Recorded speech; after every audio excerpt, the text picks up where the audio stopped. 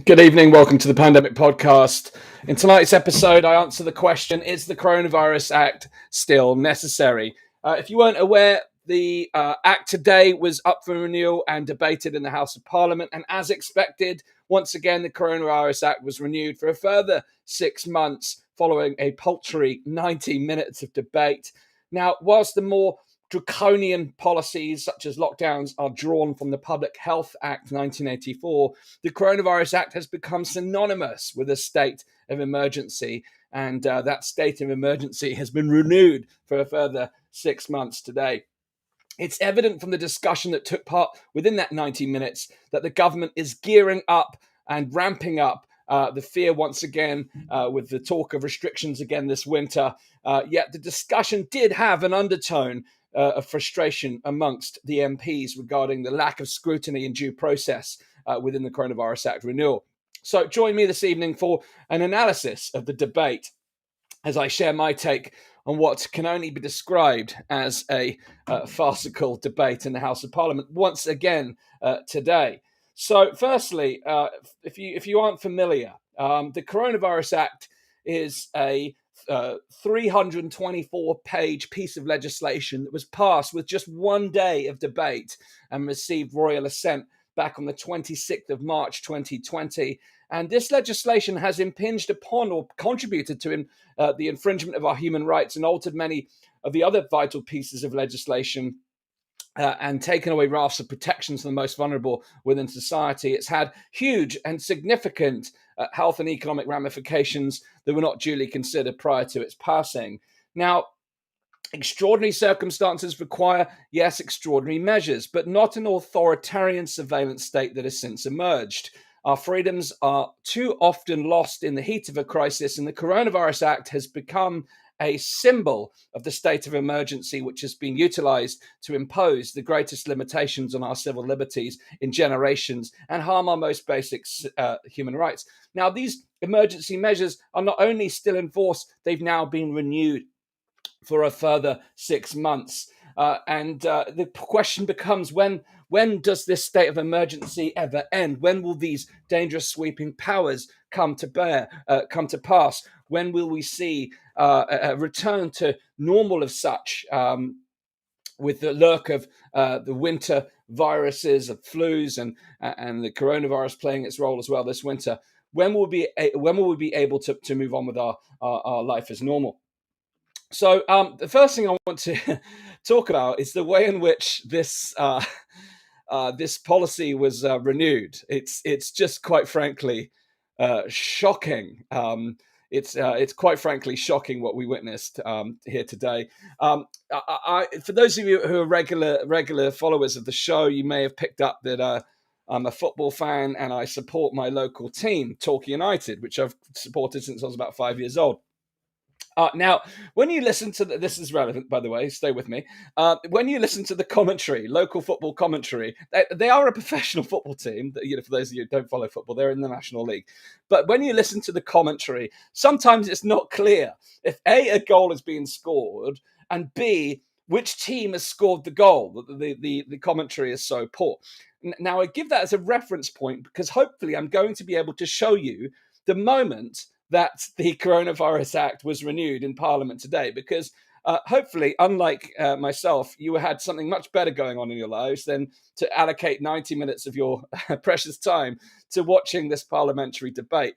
However, I did watch this parliamentary debate in full so that I can report on it here with you this evening. And I just want to showcase just how appalling the process is when it comes to the renewal of, as I stated, an act that has had a sweeping and abhorrent violation of our human rights and liberties in many ways. I want to showcase exactly how this was done. So if you bear with me a minute, I'm going to pull up the footage. But in the absence of doing that, I want to precursor this by stating um, uh, my recollection of my perceptions of Parliament from when I was much younger. And I remember witnessing on the television for the first time. My father's always watching the 6 o'clock news, religiously. He always watches the 6 o'clock news. He's always reading the local paper growing up. Still does. You know, the local paper used to get published once a day. Now it's, I don't know how often he gets paper. That's irrelevant. But every night he would watch the news, and whenever there was a clip from Parliament, I would look at this thing and think, my goodness, this probably wasn't the phrase I was using as a child, but now I'm thinking, my goodness, this is how the country is run. I would see these green leather benches with people in grey suits with grey hair and grey skin, pointing fingers at each other, jeering at one another, never really getting anything done, arguing, using just pleasantries and formalities. Am I right, honourable gentlemen? I mean, how much, if you count it up, I mean, if someone took the time just to take a single meeting and just took the formalities and captured how many seconds and how many minutes and how many hours are accumulated just by these formalities, how much time is wasted with all of these things, you'd be shocked, I'm sure, in terms of productivity of your government. But I was always appalled that this is how our country is run, how the nation is run through this mechanism. And it shocks me to the day that in the modern era that we live in, this is how politics works. But I hope to be able to show you this video in a minute, which to me truly brings home this point. And so I told the story about the football for a reason, because it got to the end of the Coronavirus Act debate, and they put the motion forward where, you know, they put, you have to shout aye or nay, and it was not clear what just happened. And you know, I actually had to go to look at another news story to understand whether the vote was actually passed. But let me show you why. Let me see if I can pull up this. Let's see if I can pull up this footage, and hopefully you can see this. So this is actual footage from earlier today. I really hope you can see this.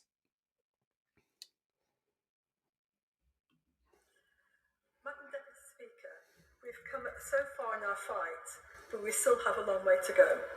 This pandemic is not yet over, and the steps we're proposing will give us the support we need to continue our fight against the virus, whilst restoring yet more of our balance and the important experience that we really do love. And I commend this motion to the House. The question is motion number 4, as on the order paper. As many as are of that opinion say aye. Aye. Of the contrary, no. Aye.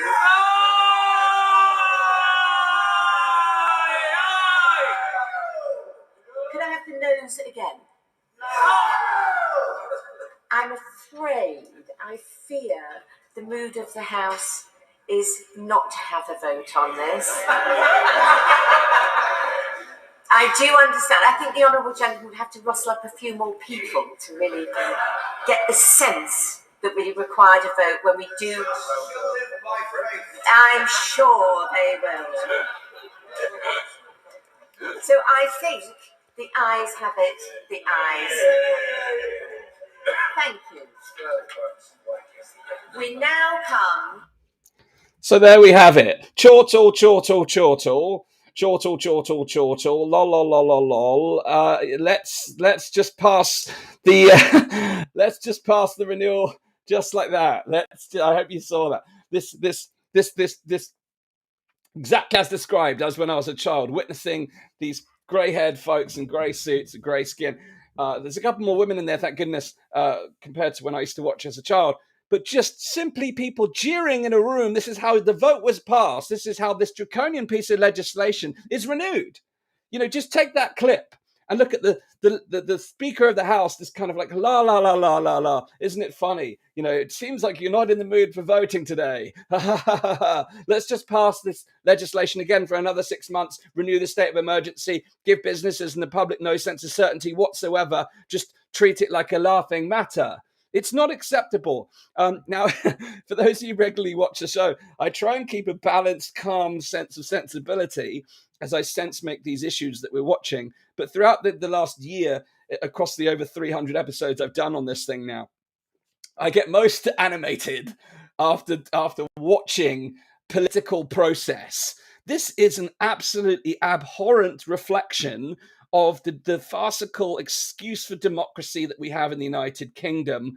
In the comments, someone said it felt like watching Monty Python. Didn't it just? It's laughable. It's laudable. What's evident as well is if you actually listen to the tone in the nays, there was quite clearly more vocal noise amongst the nays. It's just someone could sabotage the process. I don't know if you noticed it, but one of the people who voted aye was also shouting aye during the time when it was time to say nay. Yeah. This is how this act was renewed today. I just want you to get the gravity of how ridiculous your political process is. Now, I want to show you something else. Given that this is a major, I'm just going to go back to my screen here. Given that this is a major piece of news, I just went to Google, right? I mentioned that I had, on the basis of that, you can understand why it was not clear whether this was actually the vote, because it was so nonsensical. While she said the ayes have it, that the conclusion was drawn. I was like, well, that can't surely be the vote on whether the Coronavirus Act is renewed. Perhaps I missed something, and this is coming up later on. No, because they went straight into the next piece around whatever Keir Starmer's up to. You would have thought a vote of this magnitude would have significant news coverage, right? So, for those of you who are familiar with Google as a search engine, if you go on and type a particular term and you put these quotation marks, what it does is exclusively looks for articles and news stories when you look at the news tab that reference that term. And you'll notice there's a grand sum of one within the hour of this renewal. The Daily Express talking about the renewal, the lockdown laws extended for 6 months. So really, really, really important news, you can see. I expanded it to the past 24 hours just to see what's going on. And you can see actually now, since this refreshes, there are other things coming up. They're a bit slow to the uptake. But MPs extend COVID powers to March 2022 as Boris Johnson avoids Tory revolt. I thought it was a 6 months review there, actually. So I'm not sure how accurate that is. But then you can just scan down and there's all this other irrelevant stuff, really largely irrelevant stuff. But you'll notice in the mix here, the Independent COVID News Live UK records highest daily deaths since March as Javid warns NHS under huge pressure on the back of what I mentioned from the Express article, which was one of the first to publish the news around the renewal of the Coronavirus Act amid fears of a winter surge. Now, I don't know if you are a Twitter user and you follow my content on Twitter, but I'm having avoided Twitter for almost all of my life. It seems just the place where people go to vent, and I've become one of those people. So if you're not on Twitter, if you are on Twitter and you haven't followed my account, just go to Dan J. Gregory on Twitter. You'll see my rants. But just the other day, I asked the question, given it's looking increasingly likely that the lockdowns will be returning this winter, I asked the question, given the much lauded vaccination campaign, which I'll touch upon in a minute, do you think the British public will tolerate a further lockdown? And it had an enormous, it was shared thousands of times, lots of comments, people engaging, lots of people saying, no, the British public won't tolerate it. But then, of course, the undercurrent of people saying, well, of course they'll tolerate it because they'll fall for it exactly as they did last time. And as you can see already in the news stories, this fear-mongering is now ramping up. Now, this is happening slightly late, in my opinion, and it's because of the climate that we're going through right now. Because this time last year it was much colder. The kind of winter season was, the late autumn was kicked in much quicker. We've been blessed with some pretty mild and decent weather. But mark my words, as things start to turn, the seasonal factors will start to play a role. But I'm using this as a pre-frame in a context for several reasons. Firstly, because the Coronavirus Act has just been renewed. And whilst much of the policy, like lockdowns, is essentially drawn from the Public Health Act, which is the real problem, it's the perception of the state of emergency and indeed some of the powers that are granted within this Coronavirus Act that enable this overarching draconian authoritarian response to what we're seeing.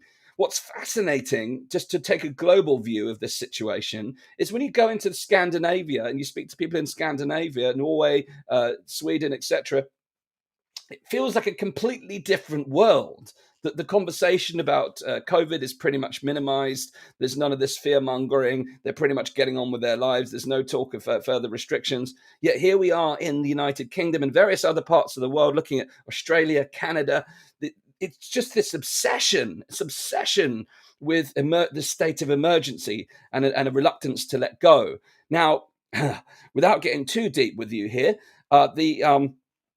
the classic tools of the tyrant, the classic tool of the tyrant is a state of emergency. It just takes any small amount of reading of history to recognize that dictators, tyrants, authoritarian leaders will use fear and the state of emergency to essentially continue to use broad and deep sweeping powers and to accumulate power that is very difficult for them to relinquish. And it's quite evident from the debate today that the British Parliament is not willing to relinquish this Parliament. But it's also clear that, to me, the decision was made. I mean, that farce at the end, which you've witnessed just here today, I mean, even if I hadn't been following the story, even if I hadn't been asking critical questions for over 18 months, 20 months now, I would watch that single clip that I showed you tonight and think there is something peculiar happening here. How is it that these major decisions are made in such a fashion? It feels to me the decision was already made, and I believe that many people will agree with that. But that's also virtue of the political process that we have in the United Kingdom. You know, the whip decides. It's an abhorrent system. But let me review some of the kind of analysis from this discussion.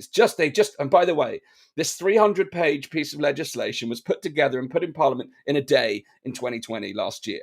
And it was all justified under the same state of emergency that we're still facing today, in that they had to act fast. Well, quite frankly, in my experience in leadership, is that yes, under crisis, under pressure, you do need to act fast, but you also need to take stock of all the available inputs in order to make clear decisions.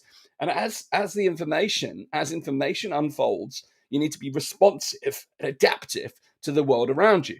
But we continue just to follow this party line of fear-based policy without respect to, as I've just mentioned, other parts of the world. But if you take an aggregate view of not just the COVID numbers, the health numbers around this, but the broader societal indicators, wellness, the economy, healthcare metrics around waiting lists, etc., you'll see that the countries that have had the lightest touch, the lowest form of human intervention, seemingly have not only performed the best economically, which would be expected, but in terms of the actual COVID burden, both in terms of cases, hospitalizations, and indeed mortality.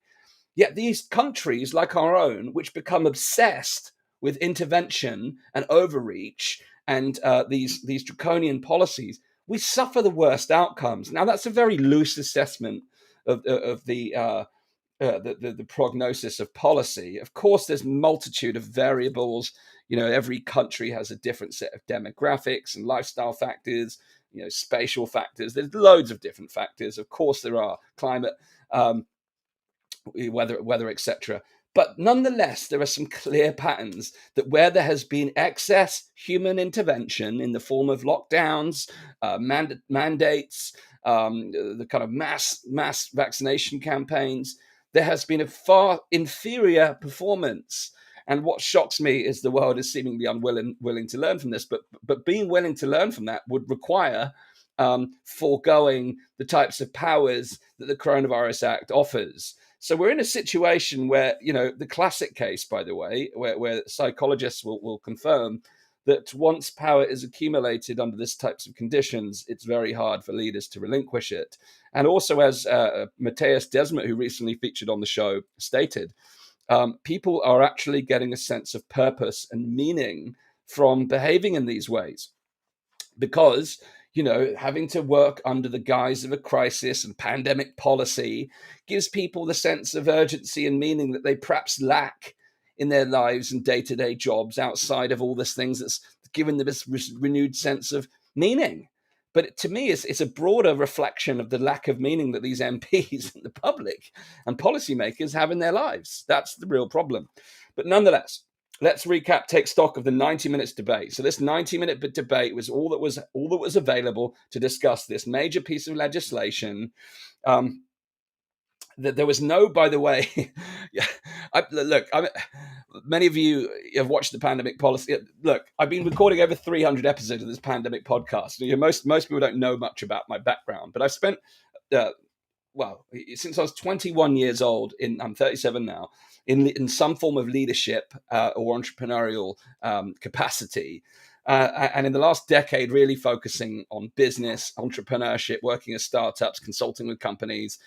And if any management meeting of this magnitude, where it was required to make a major decision for a business, was conducted with so little analysis and review of the company's performance and the relevant metrics ahead of making a decision, I would say we have got to go back to fundamentals and set some clear precedent for how this company operates. Because right now the ship is being guided by the wind and not by any intent of the company's decisions. And the same is happening right now in the United Kingdom, the government, whereby in this entire 90 minutes, there's no discussion or reflection on how has the Coronavirus Act actually performed as a piece of legislation.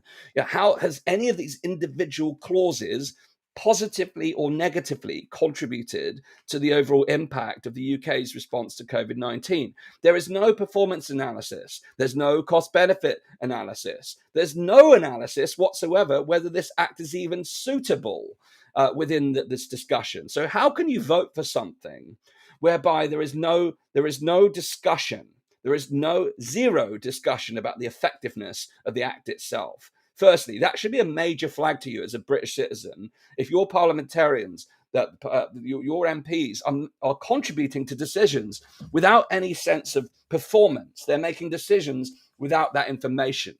Now, one or two people, I didn't catch their names, who said it. There was a number of MPs who raised that important point, as I've raised here, that we don't have this analysis. But it's not good enough to just say we don't have the analysis.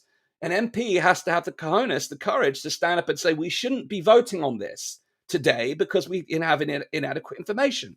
One person did say that. Another also said that we have a perfectly reasonable replacement act, which is all about the forward-facing, which was created in conjunction with Liberty Human Rights Group, that looks forward-facing at how we move forward. But there is no scrutiny or review of actually the performance of the Coronavirus Act, yet it's arbitrarily renewed. The other piece here, so 90 minutes, number one, not adequate for a meaningful discussion. Number two, the clauses that were removed, and I'll come on to what clauses were removed because that is good news. And over time, we have seen these clauses stripped back so that there is some reduction in emergency power. And the two things in particular I'm very pleased to see removed, though still we know that there's other pieces of legislation like the Civil Contingencies Act, the Public Health Act, that simply hold more power anyway than the Coronavirus Act. So it's almost a symbolic gesture that these things are removed. But I'll come on to these things. But ahead of this debate, the MPs themselves have no opportunity to table amendments. There is no opportunity for the MPs to say, look, we've looked at the Act. We've done some of our own analysis. We've conducted, we've worked with an expert panel to actually review the performance of this act. And we think, well, these things should go, or this thing should be changed, or this thing should be added, or this thing should be removed. Nope. There's no opportunity for MPs to even add that to the table to discuss. And of course, 90 minutes is not long enough to discuss that anyway. So perhaps why they don't do it. But this is not good enough. This is not good enough. This is our lives, the citizens of the UK, predominantly England in this case, who are directly affected by this lack of parliamentary process. Now, I've showed you the headlines in the Independent, the Express as part of this discussion. Quite clearly, the fear-mongering is beginning. It's expected. I've talked about it here endlessly on the Pandemic podcast. This illusion that we are past it is flawed on the basis that all the analysis of the effectiveness of the vaccination campaign, etc., has been conducted within the summer months. Now, of course, we've seen that, the differences made by variants, etc. There's, the marginal impact that these things have created, or in some cases, slightly more significant impact. But nonetheless, during the summer months, the conditions are not the same as they are in winter. I spent some time just recently looking over the international data in countries that have gone through the summer and in through winter, and now going into spring. And it's quite evident that the winter will still bring problems. But we haven't just got the problems of the ongoing COVID saga. We've got we've got the return of influenza. There's a song in there. I'm thinking like Return of the Mac, Return of the Flu. We've got the ridiculous burden on people's health that has been created by policies like lockdowns, where people's immune systems have been shot. People haven't had the opportunity to circulate and allow themselves to expose themselves to basic pathogens and bacteria and viruses that actually enable them to build a form of immunity. People have been scared witless, and they're still not spending time socially, my own family included. It's crazy. It's crazy. So we're going to have all of this problem. Plus, there's the elephant in the room around the vaccines, which the scientific community, the political community, is just keeping stum on. They're refusing to acknowledge the adverse side of the coin.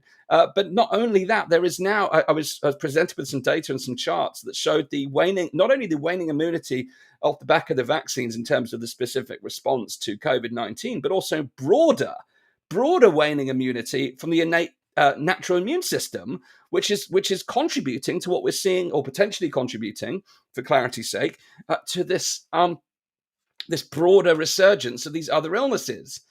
But no one is willing to confront this. I was sent a report just the other day by someone who works in the coroner's office, confidentially, who stipulated that the coroner had determined that the likely or probable primary cause of death was linked to the vaccine, but in order to avoid being seen to be discouraging of other people having the jab, they would not list it as the primary or a primary contributing factor in mortality. Now, if this is happening at every level and people are avoiding the elephant in the room, then we've got a problem. But as I've said all along, and I will say it today, and when I put that post up on Twitter about, lockdowns are coming, do you think the British public will tolerate it? Lots of people were asking questions. Well, what gives you that impression? What gives you that impression that these are going to be coming back? Because, of course, the majority of people have just followed the story, the headline, as many of the MPs today, that, the story, this has been a really successful campaign. Now, vaccination campaign, and as a result, people have this illusion of safety going into winter because they've just been brainwashed to believe that they're not only safe but effective, and that in reducing severe disease and mortality. And I truly hope they are, for the sake of those who have had them, because including friends and family, business associates who have taken the jab. You don't want them to get sick. None of us do. But winter will be very telling. And what was discussed within the Coronavirus at Renewed debate today is the need to get behind the booster campaign, the booster jab campaign. There's going to be a big marketing and advertising campaign coming. This isn't speculation. This was spoken about. So get ready for fear-mongering part, however many we're in the sequel now of events. Get ready for the kind of enormous peer pressure around your third vaccination, because being fully vaccinated is the term that's used rather than double vaccinated, which was the previous term. Now it's fully vaccinated, which can be extended to 3, 4, 5, however many is determined necessary. But this is what's coming next. But no one is looking at, again, in the same way, whether the Coronavirus Act is still working. No one is critically looking. Very few people are critically looking at, are these things making a positive difference? And to me, if I was working at the WHO, or if I was part of any international body, if I was part of any committee within the UK that was looking at the impact of the human intervention, pharmaceutical or otherwise, looking at the effectiveness, I would surely surely someone on the team would look at the patterns and say, well, actually, all these companies that are effectively most successful in terms of the vaccination campaign as measured by number of doses per capita, per thousand, That's the measure of success, by the way, is the total number of doses. It's like a sales process. The former vaccine minister was very, very apparent in his kind of sales methodology. It was like, how many jabs can we get today? I recall working with a telesales company, and they have their morning meetings. It was kind of boiler room style, notching up the number of calls, meetings, sales. It was very aggressive sales tactics. It felt like that's just been the undercurrent of how the vaccines have been managed, and the concept of success is not determined by health impact, but by the number of sales made. But of course, there are all these flawed statistics. They opened up the point around how many infections are being prevented, how many hospitalizations and deaths. And the number, it doesn't take a statistician. It doesn't take someone even with GCSE maths to listen to those numbers and realize that there is no way in hell that we would have had that many infections, that many hospitalizations or deaths with or without the vaccines. You just need to look at the curves, just look at the data, look at the growth, just look at the simple maths. These things, these supposed life-saving treatments with these exponentially inflated impact metrics, surely people can start to see that these things, as much as the flawed projections that we've seen in terms of the cases that and the deaths that the spy group, the modeling group linked to SAGE keep putting forth, are woefully flawed.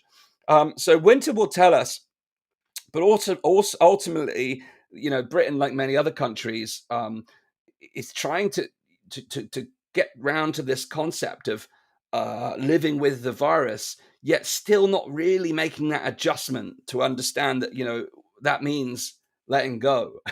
That means letting go and just using common sense and sound public health information to enable people to understand the risks and their own personal risk categories. We're so far from that still. It's delusional. But the vaccine is positioned as the only way. And again, going back to my experience in business, whenever I come across any business leader that says that there's only one solution, there's only one way to do something, I usually become very concerned. And if I can't challenge that, usually it's a case of this person doesn't have an open mind. They don't have a growth mindset. They're unable to think creatively. They're unable to confront the fact that there's always multiple possibilities when it comes to solutions. But this is the approach that the UK and many countries have taken, that there's only one way out of this. And to be quite frank, there probably is only one way out of it, which is actually to allow people to be exposed to this thing naturally and gain immunity and do our bit to bolster the health of the population, actually sound public health information, sound information that help people become healthier, because we've all become less healthy over this 20 months. And also to some extent look to help shield those who are most vulnerable if they see fit by choice. So, the vaccine is deemed the only way forward within the debate. And of course, there's the standard commercial breaks where they're already the MPs are starting to, rather than just debate the Coronavirus Act, they're promoting the boosters, they're promoting the influenza jabs. But there's a time and place for public health campaigning, and it's not during a parliamentary debate. It's not for virtue signaling. It's not for promoting medical interventions. It's for debate about policy. So all in all, in summary, 90-minute debate, pultry debate, there was no real discussion. The background understanding of MPs in order to be able to adequately debate this act is simply lacking. There are some people in that room who have just simply not done their homework. There is level of misunderstanding, misrepresentation, misinformation within that discussion that to the educated amongst us that has followed the data, the science, and all the emerging pieces can quite clearly see that these MPs are not adequately equipped to make decisions on the Coronavirus Act or indeed anything linked to the pandemic response, which puts us in a situation where we are pretty much in a checkmate solution. The Coronavirus Act has been renewed for 6 months. We've got a flawed democracy that is not functional. It simply doesn't work. We don't have MPs that can adequately represent the views of the people, let alone the emergent information that we've now got 20 months of. There's just a simple lack of understanding about basic concepts. And quite frankly, it leads me to beg the question whether these MPs should even be voting on important acts like this, because they just don't seem adequately prepared. And again, if this was a business, I would look to the superiors. I'd look to the regional managers, the directors, etc., that are supposedly managing or overseeing the performance of their team, and say, look, you're just not adequately prepared to come to this meeting.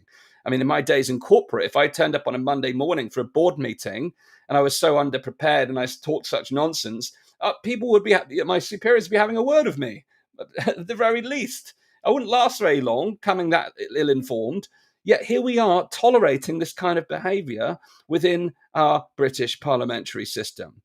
It's all got to change. It's all got to change. So now the positives. The positives. One more negative. One more negative. Right. Your MP has to show up at these meetings. How many people were not in the room to have that discussion today? I don't know how many people tuning in remotely. That was not a packed house. That is unacceptable. That is unacceptable for members of parliament to not be engaged in this discussion. Not that it would seemingly add much value based upon what I've talked about. Maybe the opposite is true. Maybe even less of them should show up. But the reality is the expertise is not in the room to make decisions. And those decisions, even if not made upon expertise and understanding, should be made upon the views, the preferences of the public.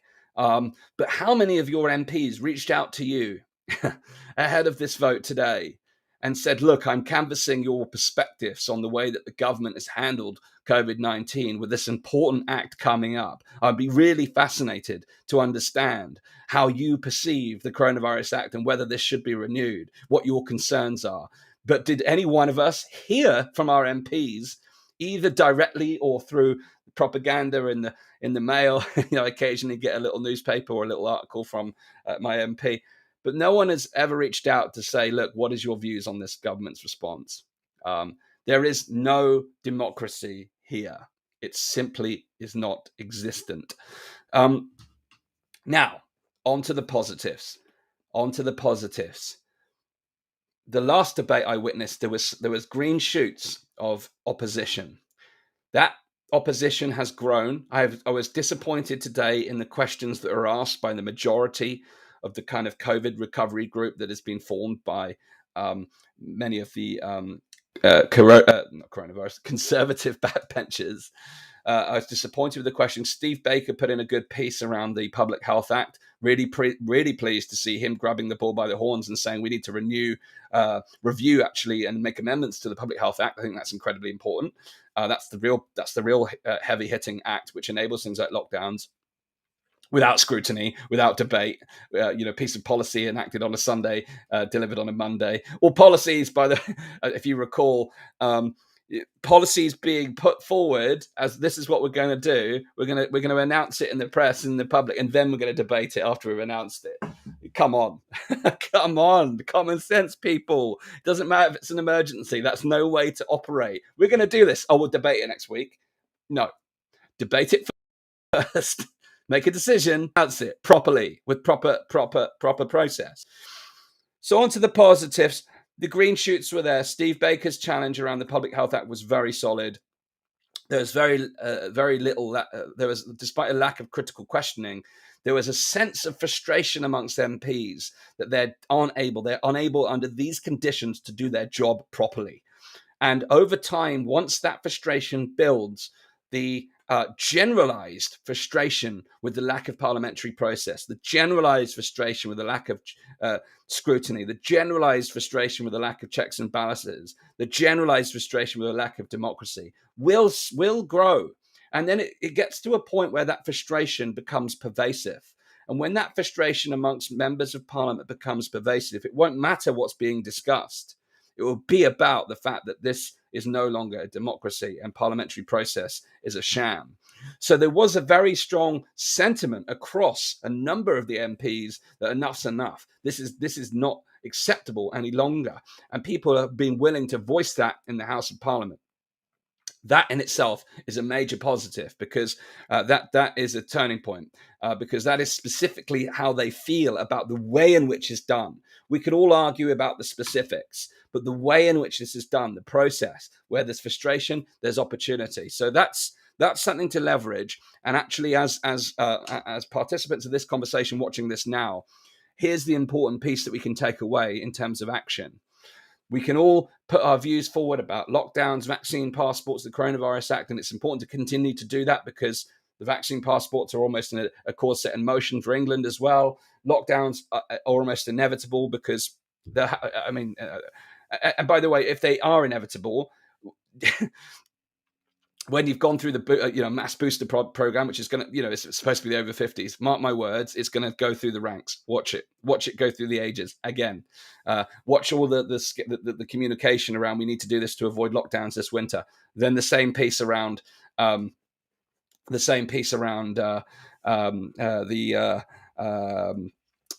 vaccine passports, lockdowns. It's all the same thing. The vaccine failure will never be badged as a vaccine failure. But we have to be asking questions come winter if we're still facing vaccine passports and lockdowns. Someone's got to address the elephant in the room within that building.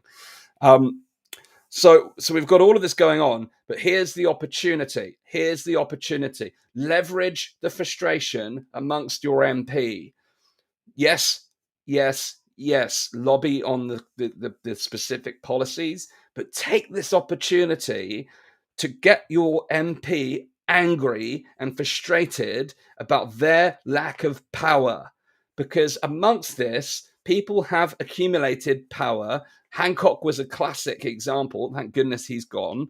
Javid seems much more balanced, but still vulnerable to the powers that be, although he has shown in his history that he is willing to stand up for what he believes in. But irrespective of this, it's about making the MPs recognise their lack of impact in Parliament, their lack of impact on the scrutiny of policy. Because once you get MPs frustrated and make them recognise they are no longer operating with any form of mandate in their own right, that is an opportunity to get them to really push back. So I think there is this opportunity with this grassroots frustration amongst MPs. Now, it's only a short-term fix, believe me, isn't it? Because what's evident today is that the parliamentary process, democracy, is simply broken. It's simply broken. We need to be looking at how we actually create a brand new way to enact democracy in the modern age. But that isn't going to happen overnight, even if there was a political revolution, which I would fully support. Non-violent.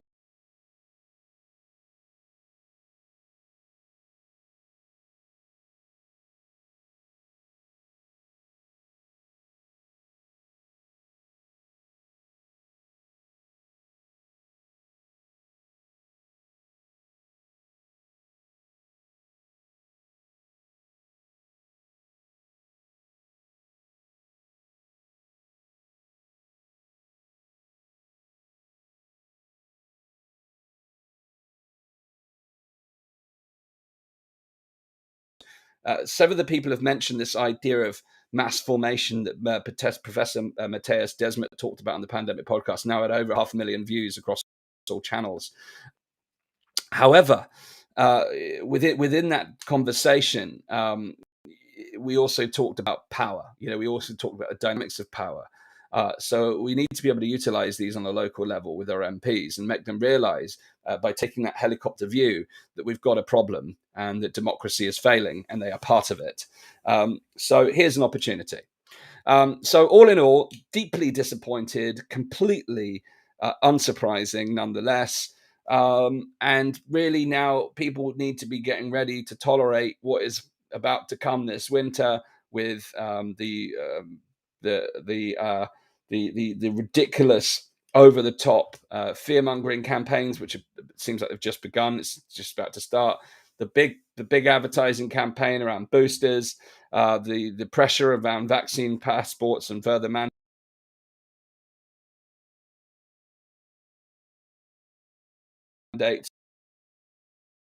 due to vaccine mandates. It was talked about. I'm being censored again, aren't I? I mean, it feels like I'm being censored in real time.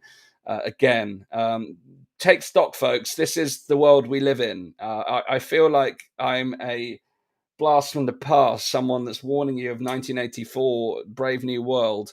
The thought police in real time. It feels like these broadcasts are becoming harder and harder, and that the messaging getting blocked. But here we are. I keep freezing. Yeah. I even lost where I was. I lost my train of thought with that.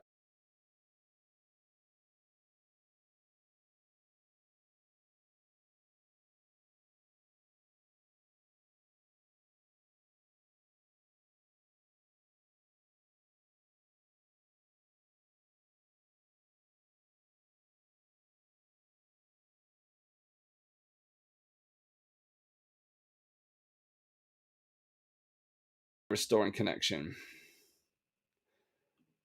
Stand by, restoring connection. All right. Yeah. Yes, I cut out a vax mandate. Of course I did. Oh, dear, oh dear. It's been sound until now. Big Bro is watching. Yeah. Okay. Prepare yourself for winter. Prepare yourself for all of this. This what we've seen before, and know that I believe that the general cognitive dissonance is beginning to dissolve, but that dissolution of cognitive dissonance is very much restricted when it comes to fear-mongering. Watch this space. The dissonance will be out of control when cases continue to rise and the hospitalizations and deaths start to rise, and there is no space for a conversation around the ineffectiveness of the medical interventions. It simply is protected territory where you cannot go there. And if you want to look for a prime censorship subject, it's the effectiveness and safety of these interventions.